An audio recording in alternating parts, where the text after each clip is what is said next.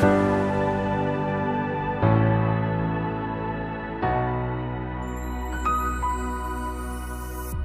René. Shalom, Gili. Can you hear me? Yeah, we hear you loud and clear. Shai, can we have René on the large screen on top, please? So I'd like to thank you, René, for joining us. René Obermann is chairman of Airbus and chairman of Warburg Pincus Europe. René started as an entrepreneur. He then started working with Deutsche Telekom, where he became the CEO. Following that, he had some numerous leading positions in various other European companies until he joined Warburg Pincus and has been kind enough to grace us with his remote presence, at least. So, René, thank you. And can I jump into the first questions, or? Yes, please, go ahead. Good. So, given the recent geopolitical changes and the rearm program and what we heard that is being decided today in the German Senate regarding the defense budgets, what is the impact you see on defense tech industry? Sure. First of all, the dimension which is at stake at the moment is unprecedented.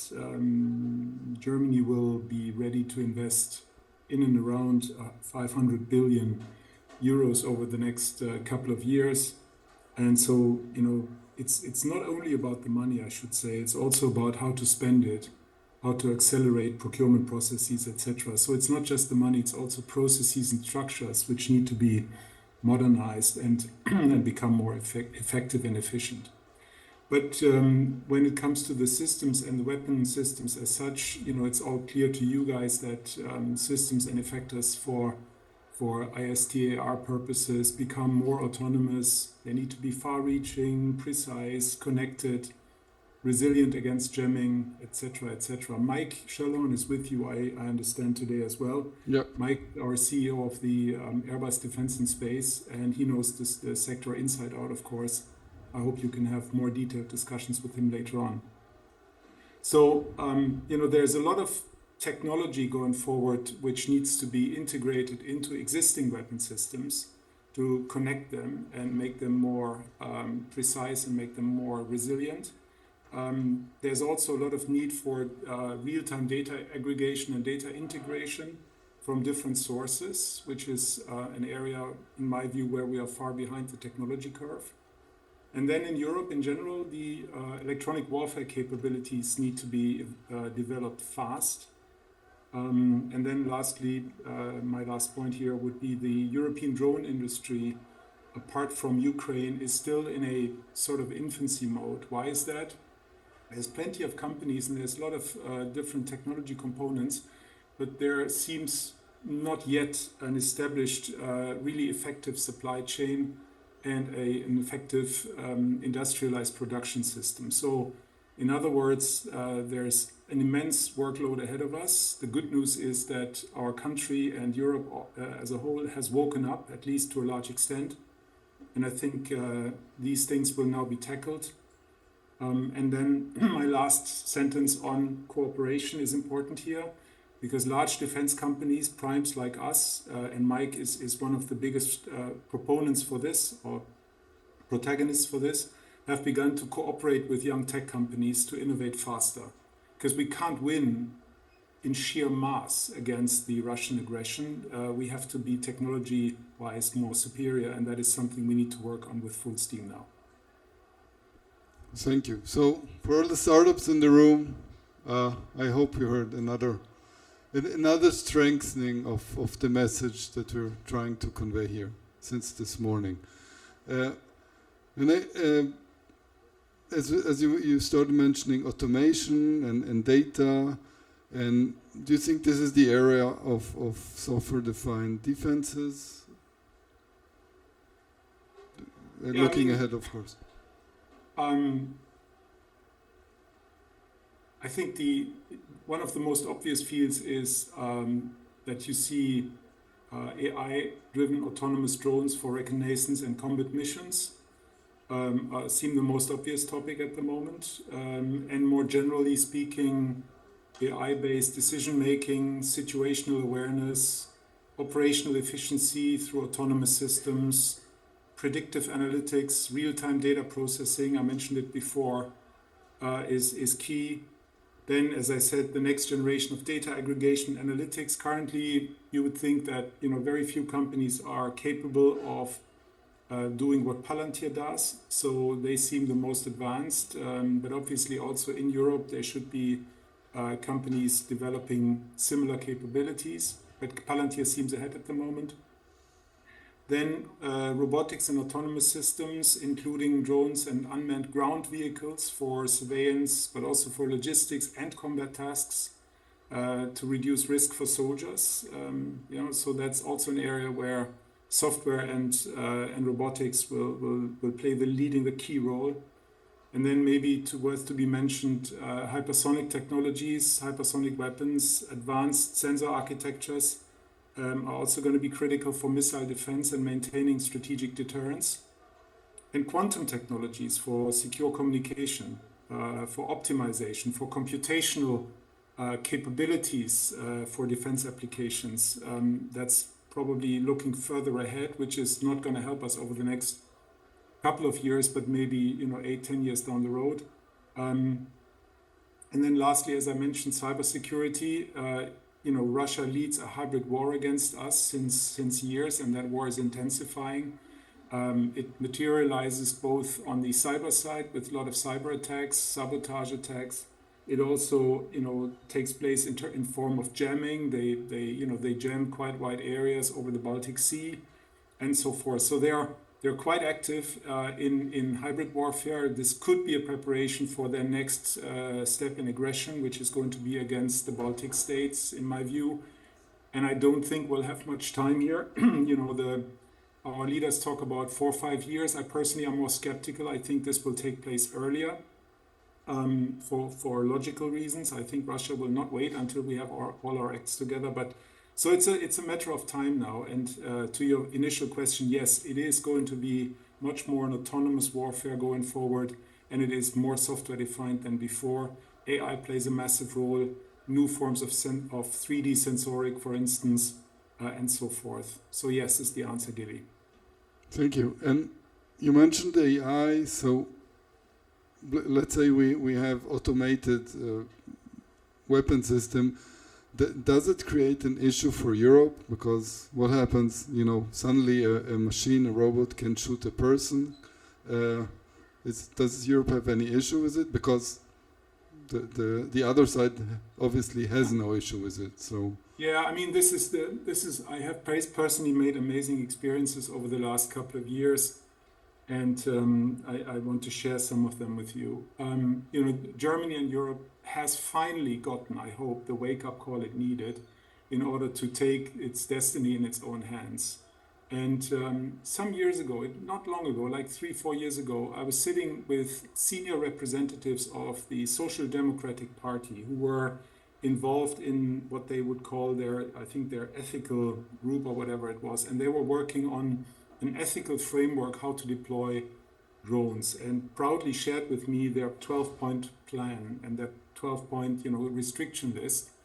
If you were to apply that list, if you had applied that list, basically no one would be able to deploy drones effectively. And so my bottom line here is, Europe can die in ethical beauty and in an ethical framework, it can die, or it sees reality as it is. And as you said, Gilly, these AI-based systems, they are and they will be in the hands of those who are not hampered by any ethical constraints, who do not share our value system.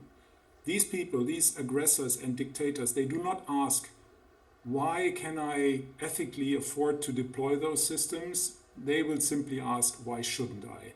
And therefore, my and Mike is, I think, very much on the same page. We very much hope that Europe will now finally wake up and take its destiny in its own hand and gets, to the level of reality it needs in order to defend itself. I mean, again, let me be very crisp and clear. This war of aggression against Ukraine is also a war against Europe in a way. because Ukraine fights for our freedom as well. Yeah, this is not going to be the final step of imperialism for Russia. They clearly have an imperialistic agenda. They are preparing, if you look at the details, what's going on there, they're preparing for the next steps around the NATO east flank. And then, with the US giving them, in a way, supportive messages or encouraging messages is probably the better formulation here. They might feel very encouraged to proceed fast. So we need technology, we need mass, we need, existing effectors and weapon systems, and we need to upgrade and expand the availability. But we need cooperation with tech companies in order to become, technologically even more, capable.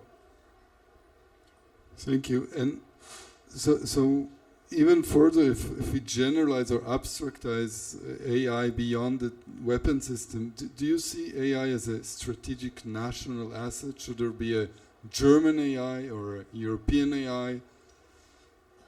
Oh, that's a big question, Gilly. Because I'm kind of torn between idealism and reality here. If I was to say there should be European AI LLMs or so, I think this would not look very realistic at this point in time. I do think, however, that in the verticalization of AI, sector by sector, and in generating the data and owning the data, there will be competitive advantages, going forward. Because we have a good industrial base in Europe, and particularly in Germany, we have a good industrial base, and therefore applying AI to the very need of a specific business model or a specific business, I think is the recipe for success, and then owning the data and analyzing and making use of the data which are generated.